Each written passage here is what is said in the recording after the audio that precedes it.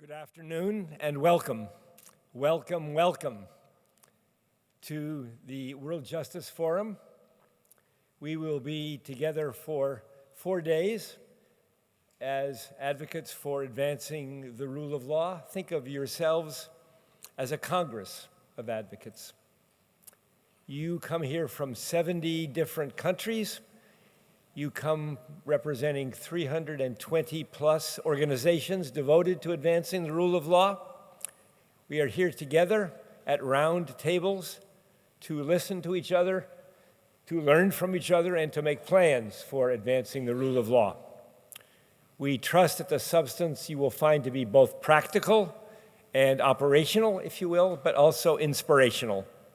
Together, we can deliver on the promise of justice for all, which is the theme of this week's forum. This forum was designed by and is led by a collaboration of 7 organizations. The World Justice Project is just one. The other 6 of our partners are these organizations displayed on this screen, each a powerful, venerable organization in its own right. Representatives from these organizations will be wearing a red ribbon on their name tags. If you see them, please, in the course of the week, approach them and thank them for their support and their help in designing this program. We are also supported by this group of organizations as well, who are not partners, but they are financial and in-kind sponsors of ours. They will be wearing green ribbons on their name badges, so please thank them and learn about their good work. We couldn't have done any of this without all of these sponsors and especially the 6 partners. For us to make the progress we need to make, it seems to us that we need to have a common language when we talk about the rule of law and ways to advance it. We need a shared approach. And at the World Justice Project, we think in terms of and we act in terms of these 3 concepts. The meaning of the rule of law. How often do we hear pundits pontificating about the rule of law and never defining it? If you're going to have a movement, you better start with a shared understanding of the meaning of the rule of law. So first is meaning, and then we have to have ways to measure adherence to the rule of law, country by country, community by community. And finally, we have to be able to show a positive correlation between what we mean by the rule of law and development, whether it be economic or political or human development. So we think and act, as I say, in terms of meaning, measuring, and mattering. In terms of meaning, we need a generally accepted definition of the rule of law, or we can't even get started with making progress. The rule of law is, as many of you know, at least 4,000 years old. It goes back to the Code of Hammurabi, 1772 BCE, comes current to today, where it's used more and more often. At the WJP, our definition of the rule of law is as follows. The rule of law is a durable system of laws, institutions, and community commitment. You need all 3 of those elements. Laws, institutions, and community commitment that delivers, a system that delivers 4 universal principles as follows, as depicted. First, accountability. The government, as well as private actors, are held accountable under the law. Number 2, but not just under any law, but under a set of just laws, laws which should be clear to all of the residents and citizens of the community, which must be publicized and should be reasonably stable, are applied evenly, and protect fundamental rights, including security of persons, contract property, and, importantly, human rights. Third universal principle is open government. The processes by which the laws, the rules, the regulations, the norms are enacted, are administered, and are enforced, those processes are accessible, they are fair, and they are efficient. And finally, the 4th universal principle of the rule of law is accessible and impartial dispute resolution. Justice delivered timely by competent, ethical, and independent representatives and neutrals who are accessible, have adequate resources to do their work, and reflect the makeup of the communities they serve. Let me share with you a video regarding the definition of the rule of law. Rule Rule of law is really important, not just to lawyers and judges and government officials, but to everyday people. In societies without strong rule of law, ordinary people have a hard time getting the things they need. They may lack basic human rights, they may have a hard time developing economically or obtaining jobs. And so determining how to improve rule of law is one of the really big problems in the world today. Until the World Justice Project, there wasn't a good universal definition of rule of law, and there weren't any studies that measured it across the globe in a concrete way. And what WJP has done is come up, first of all, with a very useful definition of rule of law that looks at it across a bunch of different dimensions. Measuring. Without measurement of adherence to the rule of law, progress would be problematic at best, would it not? This is the rationale for our WJP Rule of Law Index, with which I think many of you are already familiar. You have a hard copy version in your materials distributed to you in the foyer earlier today. From the 4 universal principles, we derive 9 factors for the index, and they are these depicted here: constraints on government powers, absence of corruption, open government, fundamental rights, order and security. Regulatory enforcement, germane particularly to this week's deliberations, civil justice and criminal justice, is there access, and is it to effective justice systems? And finally, but importantly, informal justice systems. Those 9 factors in turn give way to 44 sub-factors. You will see on page 10 of your written books, of the index, these sub-factors for civil justice and criminal justice. It is from these sub-factors that we create the questions that we ask in the course of gathering the data for the index. The methodology, we measure how the rule of law is experienced and perceived by people in their daily lives in this year, 126 different countries. That means 1,000 surveys of randomly selected households in each country. It means surveys of in-country experts to develop scores of rule of law adherence. We triangulate those 2 databases and come up with the original data, and we validate that data against third-party sources to be sure that there's nothing outlying in terms of our work. Measuring at the WJP includes looking at ways to apply that methodology to various subjects. In particular, this year it is to the topic of how people navigate their everyday legal problems. What do you do with a legal problem in these 126 countries? We have a 2018 report which summarizes the experiences of more than 46,000 people in 45 countries. In that data, we have found that more than half of adults have a legal problem during the past 2 years. Most do not turn to lawyers and courts. Nearly 40% of them reported a related hardship. There is a correlation between having a legal problem and other kinds of hardship in your life. We will expand that study from 2018 in this year, and we will include this time 100 countries and jurisdictions. A video. If you want to improve the rule of law, you need a way to measure it. The World Justice Project's Rule of Law Index helps the global community by doing just that. It offers independent, comprehensive data that can be used to drive policy, set benchmarks, and guide successful program development. The index findings go beyond theory to tell us in practical terms how people experience the rule of law in their day-to-day lives and how that compares to other people around the world. In this way, the index acts as a diagnostic tool for evaluating the strengths and weaknesses in any given country. Thirdly, mattering. Does the rule of law matter? And if so, how and why? Surely we can agree this week that without some proof that the rule of law matters in terms of development, whether it be economic development, socio-political development, or human development, progress would be largely theoretical and not worth the effort that we intend to bring to this movement. This slide shows you the positive correlation between GDP per capita and rule of law. Each dot represents a country, the index, measured by the index, and the lesson here is more rule of law, higher GDP per capita. In terms of socio-political development, for communities of peace, the same positive correlation. More rule of law, more peace. And finally, in terms of human development, education, more rule of law, more hours in class. Another video.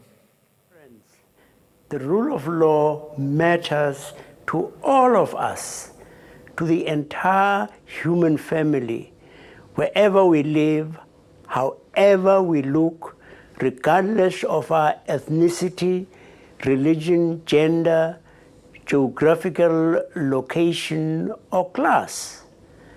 Strengthening the rule of law is an essential ingredient to enhance justice, peace, and economic and social progress.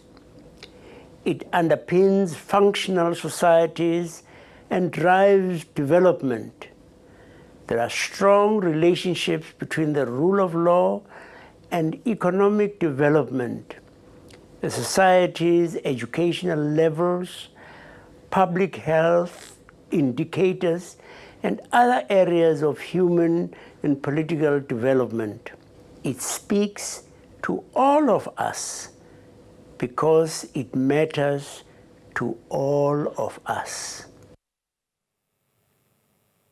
The goal of the World Justice Project, and I dare say our partners, is to make a world which will be made up of rule of law communities, communities delivering justice, opportunity, and peace. The lead premise for our work is that the rule of law is not just fundamentally important, but it is foundationally important. It is the foundation for communities of justice, opportunity, and peace. And the trailing premise is, assuming there's validity to the lead premise, what can you do about it? And our trailing premise is that multidisciplinary collaboration is by far the most effective way to advance the rule of law. Our approach at the project involves 3 lines of work: the collection of data, that's our rule of law index work, and coming out of that as well are country-specific studies, access to justice assessments and an open government report, research and scholarship, finding more ways for scholars to learn more and write more and teach more about the rule of law and its foundational importance, and finally engagement, strategic convenings at the country level, regional level, and every other year here in The Hague at the World Justice Forum. Secondly, under engagement is our research hub, a new virtual roster of responsible organizations that are doing important work in terms of advancing the rule of law. That roster, that network is now up to nearly 3,000 members. And the opportunity for those organizations and individuals to talk with each other, to communicate, and then to collaborate with each other is powerful and multiplying. And finally, we think we have a hand in inspiring, incubating, and accelerating practical, locally led, on-the-ground programs that in some way advance the rule of law in communities. The theme of this week's forum is realizing justice for all. And the approach matches up nicely with the 3 lines of work, if you will. There will be data this week about the nature and the scale of the problem of a lack of justice for all in this world. There will be research shared about implications of the justice gap and the opportunities and challenges for finding solutions to that terrifying gap. And finally, engagement of a global multidisciplinary community to take action, real action to change the dialogue and the reality. Today, we will be discussing the opportunity. United Nations Sustainable Development Goal, SDG 16.3, focuses on this notion of justice for all. In a new report, which is entitled Measuring the Justice Gap, we are able to show that 5 billion people on this little planet have unmet justice needs. 5 billion is about 2/3 of the world's total population. And of course, sadly, the poor folk are disproportionately affected by that ugly justice gap. The gap reflects both the inequality and it exacerbates inequality. That gap undermines efforts to meet SDG targets in other important areas such as health, education, gender equality, employment, and food security. It's of a fabric.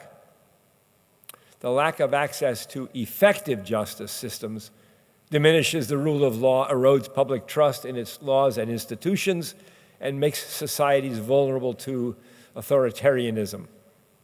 You will hear much more about this topic from leaders of the Task Force on Justice who will come to this stage momentarily.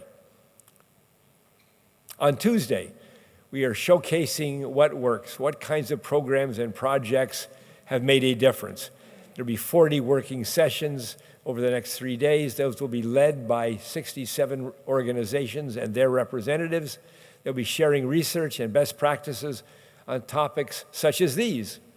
How do you harness information technology to increase efficiency and productivity in terms of bridging this gap and improving the quality of justice, both civil and criminal? What can businesses do to make sure that the rule of law communities have access to effective justice? What new approaches might we find for having the financing we need for justice for all? And finally, expanding the roster of legal services providers. Who are those providers? How do they provide? Where do they provide? And simultaneously, and as an important part of this forum, we have the World Justice Challenge. There are 30 finalists who have programs that are here in the foyer outside of this auditorium, and they have remarkable, innovative, diverse programs for in some way improving the rule of law in their respective communities. You will be amongst them shortly. I invite you, I exhort you to spend the time to talk with the booth managers and learn more about those remarkable programs. Of those 30, 5 will be judged this week as the finalists. Wednesday, we will look to the question of building a movement. It's not enough to identify the problems. It's not enough to say there's ways we can make the problem go away.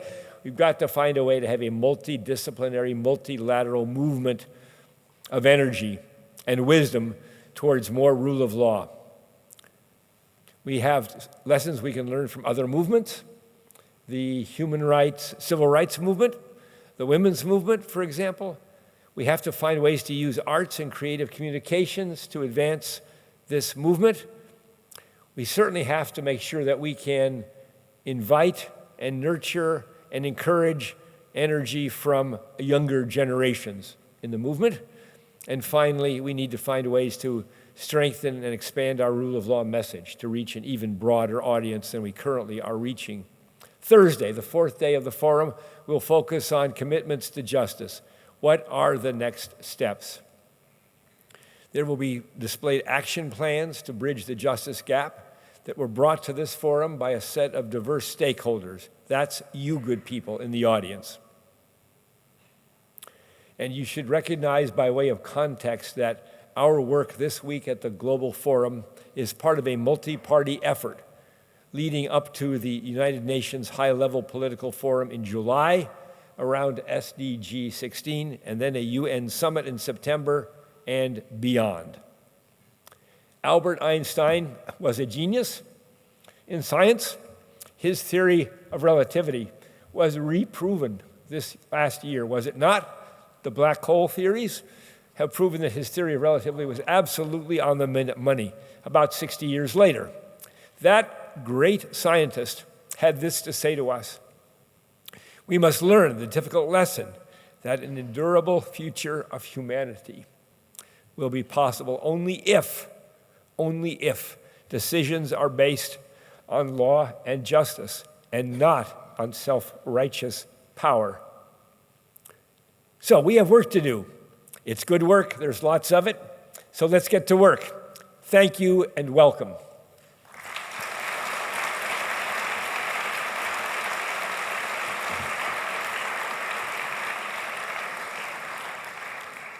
please turn your attention to William Hubbard at the other podium. William.